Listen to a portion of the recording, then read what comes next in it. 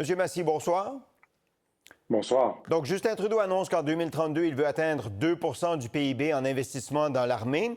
Est-ce que ça vous surprend? Parce que ces dernières semaines, il défendait la démarche canadienne qui n'atteignait pas le 2 Ça me surprend dans une certaine mesure. Ça sent l'improvisation parce qu'il y a à peine 3 mois, on annonçait en grande pompe la nouvelle politique de défense du Canada pour les 20 prochaines années.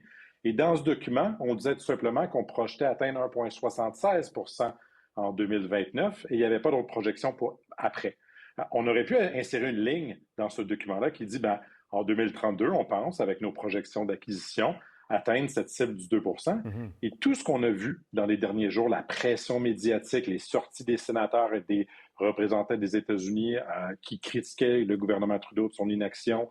Il y a eu beaucoup de reportages médiatiques en Europe et aux États-Unis également qui critiquaient Justin Trudeau. Mais tout ça n'aurait pas eu lieu. On se serait évité cette pression-là. Donc, je pense que le gouvernement est arrivé à ce sommet-là, a vu cette critique croître et est arrivé avec cette cible de 2032, qui n'est pas fondée sur des données. Il faut comprendre que ce n'est qu'une annonce. On ne sait pas qu'est-ce qui va permettre au Canada d'atteindre ce 2 %-là en 2032. Est-ce que c'est lié aux sous-marins qu'on a annoncés? Peut-être, mais ces sous-marins-là, ils n'ont pas été budgétés. On dit qu'on veut en acheter jusqu'à 12. On ne sait pas combien ça va coûter chacun. On ne sait pas quand on va les obtenir. Là, essentiellement, on a annoncé qu'on allait chercher de l'information pour savoir qu'est-ce qu'on pourrait acquérir, quand et à combien. Donc, ce qui renforce cette impression d'improvisation dont vous avez parlé. De quoi l'armée canadienne a-t-elle besoin? Là, il est question de sous-marins, mais il est question de brise-glace aussi. Dans quoi devrait-on investir? Toutes ces acquisitions-là sont importantes, celles que vous avez mentionnées. Dans la politique de défense, on faisait une liste de choses qu'on allait explorer. Je pense qu'il aurait été pertinent de dire qu'on ne va pas juste les explorer, mais on va les acquérir dans les prochaines années. Ça peut être, par exemple, des défenses antiaériennes. On voit comment c'est important pour protéger un pays comme Kiev face à une agression de missiles de la part de la Russie. Le Canada n'en a pas. Et les forces canadiennes déployées en Lettonie, qui doivent défendre ce pays-là contre une future agression russe, n'en ont pas non plus. On est en processus d'acquisition. Donc ça ferait partie, je pense, des acquisitions importantes. Même chose pour des drones. On sait que l'avenir sera à ces plateformes sans pilote, si vous voulez, qu'elles soient sous-marines, maritimes ou aériennes. Je pense que là-dedans, on devrait investir également au Canada pour avoir une industrie qui nous permet d'être concurrentielle aussi par rapport à d'autres marchés internationaux. Et je dirais, en terminant, le personnel.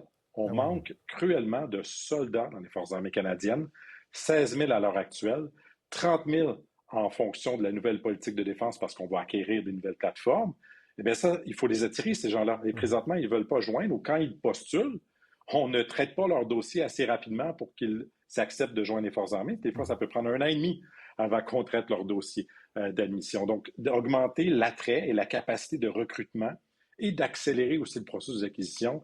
C'est pas normal que ça prenne 20 ans pour prendre une décision militaire. Voilà, c'est bien beau investir de l'argent, acheter de l'équipement, encore faut-il avoir du monde pour faire fonctionner cet équipement. Et donc, c'est un défi très précis pour l'armée canadienne.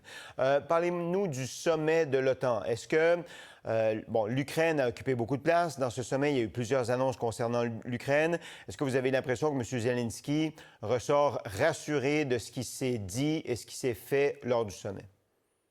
Je pense qu'il est relativement satisfait. Bien sûr, l'Ukraine aurait souhaité qu'on lui offre l'adhésion à l'OTAN. C'est ce qu'elle aimerait, qui lui permettrait de se prémunir contre une future agression russe parce que, essentiellement, si on attaquait l'Ukraine, si elle était membre de l'OTAN, l'ensemble des autres alliés, dont le Canada et les États-Unis, supporteraient leur défense. Mais à défaut de ça, parce que les États-Unis ne veulent pas que l'Ukraine joigne l'OTAN en pleine guerre, parce que justement, ça impliquerait un conflit direct avec les États-Unis, je crois qu'il y a une certaine satisfaction. On a annoncé d'abord que 43 milliards de dollars américains vont être donnés à l'Ukraine en 2025. Et là-dessus, le Canada s'est engagé à 500 millions de cette enveloppe-là, l'Italie à 1,7 milliard, etc. Donc, il y a un soutien. On annonce aussi que l'acquisition de F-16, le don, de F-16 aux Ukrainiens s'en vient cet été, et que le chemin de l'Ukraine vers l'adhésion de l'OTAN est irréversible. Ce n'est qu'un mot dans un communiqué, mais on sent que si la guerre en Ukraine prenait fin, qu'il y aurait un plus grand appétit de la part des alliés de l'OTAN à ce qu'éventuellement l'Ukraine joigne cette alliance atlantique. Vous avez fait allusion au communiqué. Le communiqué final. 2 fois dans ce communiqué, on mentionne la République populaire de Chine, donc la Chine. Aux dernières nouvelles, l'OTAN, c'est l'organisation du traité de l'Atlantique Nord. Puis la Chine, c'est pas tout à fait dans l'Atlantique Nord. En quoi la Chine préoccupe l'OTAN? La principale préoccupation, c'est que la Chine aide présentement la Russie dans sa guerre d'agression en Ukraine.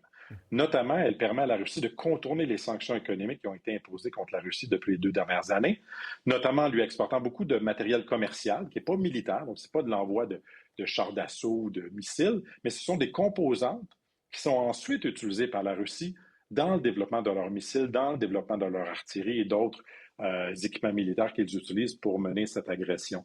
Et ce soutien-là, et on sait que la puissance chinoise économique est immense, mais ce soutien qu'ils apportent à la Russie permet à l'industrie russe actuellement de se régénérer et d'être capable, on pense, de maintenir le niveau colossal de guerre qu'elle mène présentement pour plusieurs années.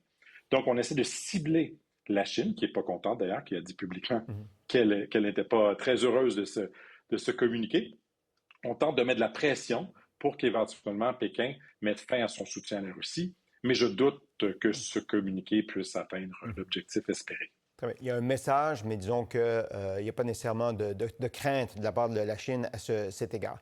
Monsieur Massy, je vous laisse là-dessus. Merci d'avoir pris le temps de nous parler. Bonne soirée à vous. Je vous en prie. Au revoir. Pour voir nos émissions en entier, rendez-vous sur la chaîne Ici RDI.